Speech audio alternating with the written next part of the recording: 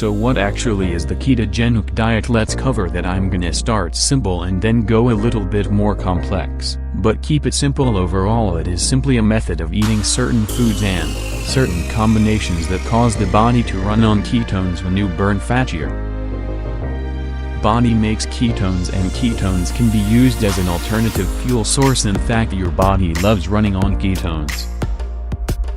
It's actually a much healthier fuel source. There's less waste, it's more efficient, there's more energy in ketones, and your body has a lot more stored fat than it does stored sugar. An average person who's not overweight has roughly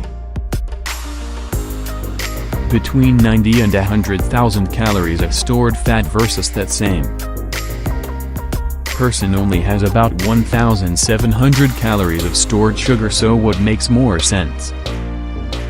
Running your body on 100,000 calories of stored energy, or this small reserve right here. If you rely only on sugar fuel or stored sugar is called glycogen. When you start burning fat and you get into fat burning, you can go a lot longer without being hungry, and especially without craving carbs. So the real big advantage of the ketogenic diet versus other diets is that your hunger goes away and your cravings go away, making it very easy to do this long term. So if we compare the ketogenic diet to a low-calorie diet or a low-fat diet, both of these diets are a high carbohydrate diet. It's the carbohydrates that actually prevent fat burning. So when someone does a low-calorie diet or a low-fat diet, yet it's a high carbohydrate diet, they are gonna struggle. They're gonna be dependent on doing more exercise. They lose some temporary water weight, but they're gonna pretty much give up. And this is basically why 98% of diets fail,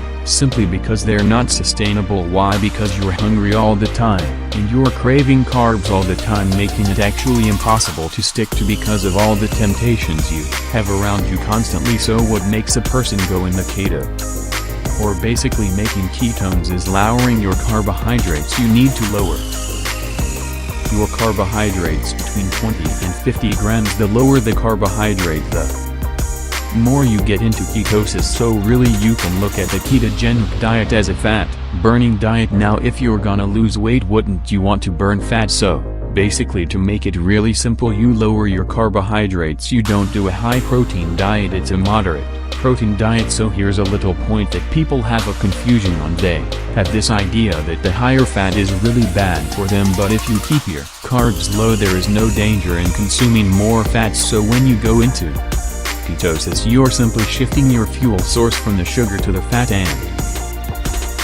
this takes 3 days. And the way to get into this is to lower your carbs, because then it forces your body to look at other sources of energy. This stuff right here, stored fat. Alright, let's go to the next section. Alright, so let's discuss the ketogenic diet versus other diets. So you're gonna lose water weight for about, I don't know, 1 to 2 weeks. So it's gonna give you a little sense of hope that wow, it's working, I'm losing some weight, but it's water weight.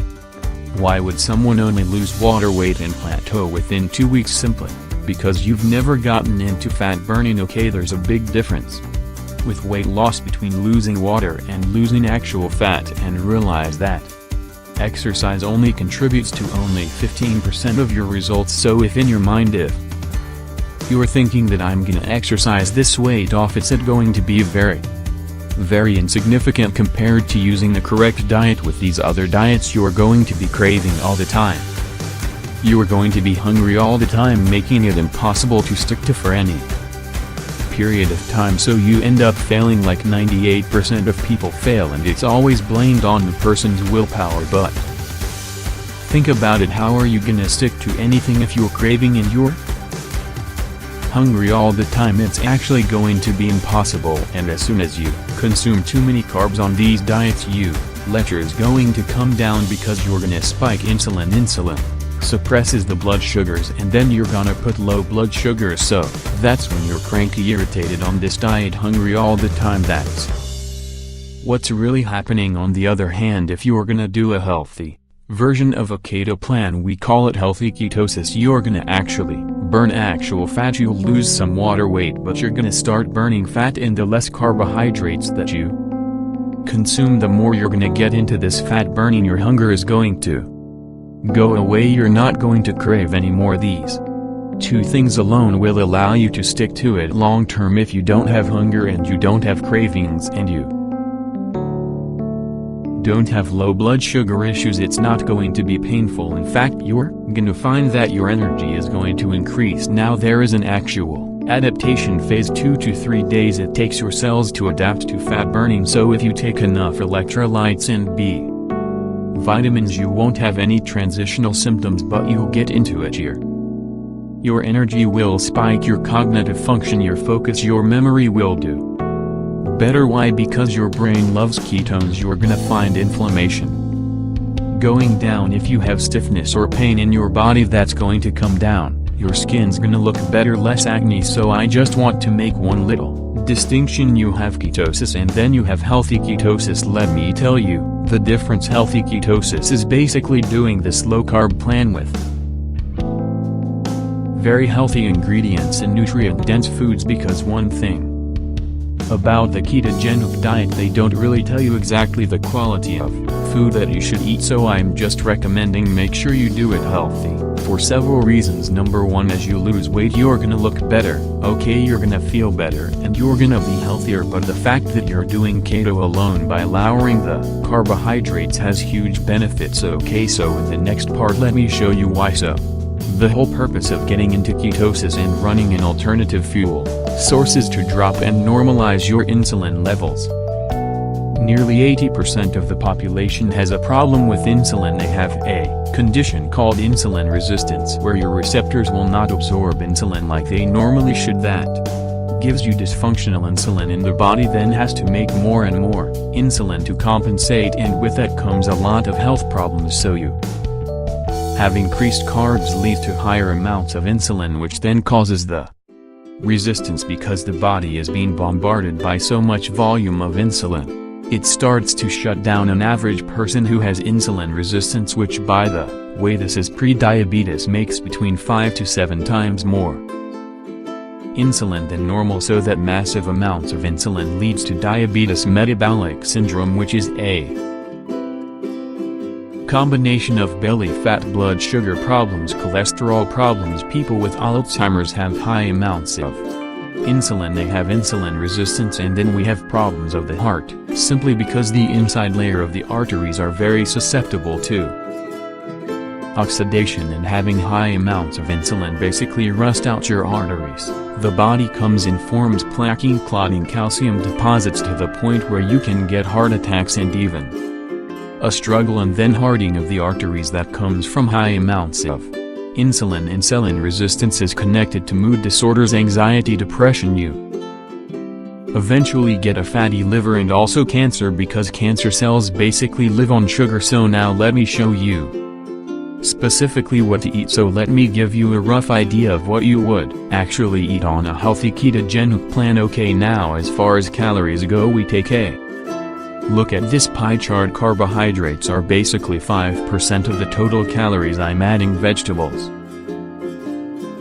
separately that aren't included in the carbs. In fact, I don't want you to count the vegetable carbohydrate for 2 reasons. Number 1, there's not a lot of calories in the veggies. Number 1. Number 2, we want to encourage more vegetables, and so anytime we're talking about cutting carbs, we don't want you to cut your vegetables, okay? And vegetables have a very low glycemic reaction. They don't spike your blood sugars and they do not increase insulin very much. And also, realize that the fiber in the vegetable, and vegetables are very fiber rich, even though they're carbohydrates, they don't trigger the insulin response. So our veggies will be around 5% of the total calories, which is about 7+ cups per day, 7 to 10 cups per day. And then protein should be 20% of the total calories. That's basically 3 to 6 ounces per meal. Now if you have a bigger person, have more, okay? So this is just an arm range. This is a moderate amount of protein, and when I talk about 3 to 6 ounces of protein, I'm not talking about the protein in the product like the meat or fish. I'm talking about the actual meat or fish by itself. If you were to weigh the whole thing, because let's say For example, in fish you have collagen, you have other things other than the protein, so 3 ounces of fish versus 3 ounces of protein in fish is a different value. We're talking about the actual whole food itself when I talk about 3 to 6 ounces, and then we want about 70% of fat. Now this seems like a lot of fat, doesn't it? Well, let's take a look at an actual plate. Let's say this is your plate, you divide it in down the center and you have the plate, you add vegetables, okay, or salad, then 1/4 of the plate will be your protein and 1/4 would be your fat. So as you can see, this 70% of fat seems like a lot, is not as much as you think, simply because fat has more calories per volume. So this is about calories, okay? This is about volume of food, and then of course over here we have our small amount of carbs, okay? Alright, so just let me give you some rough ideas and what we're talking about. When we talk about carbs, we're not talking about breads or pasta or syrup or crackers or juice. We're talking about the carbs and nuts and seeds. Now nuts and seeds have protein, okay, they have fat, but they have some carbs, so those are the carbs. You're counting hummus, it has low sugar but it has some carbs, but hummus also is made with olive oil and garlic, so there's fat in the olive oil. And then berries are very low on the glycemic index, but you would count the carbs in berries. And then protein, right here we have meats, we have fish, we have seafood, we have eggs, we have cheese, but of course meat and fish, eggs and cheese also have fat. So when you're dealing with the most foods, you're having a combination of things. So this basically half of this could be a combination of some food with that and protein. You're not going to eat them separately. Here's some examples of pure fat: butter, coconut oil, avocado. But see, avocado has fat and some carbs. Then you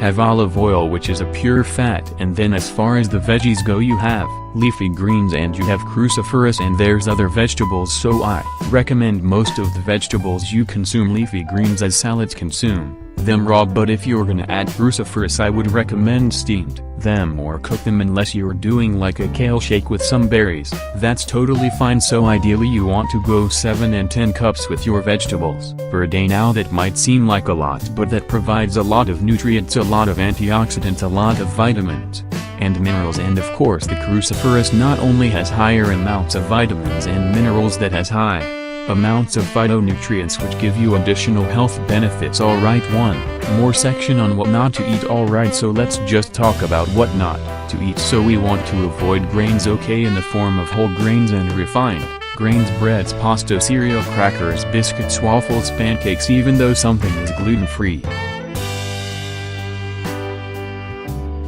it still has grains. So just to avoid all grains, rice, okay, avoid it. Then we have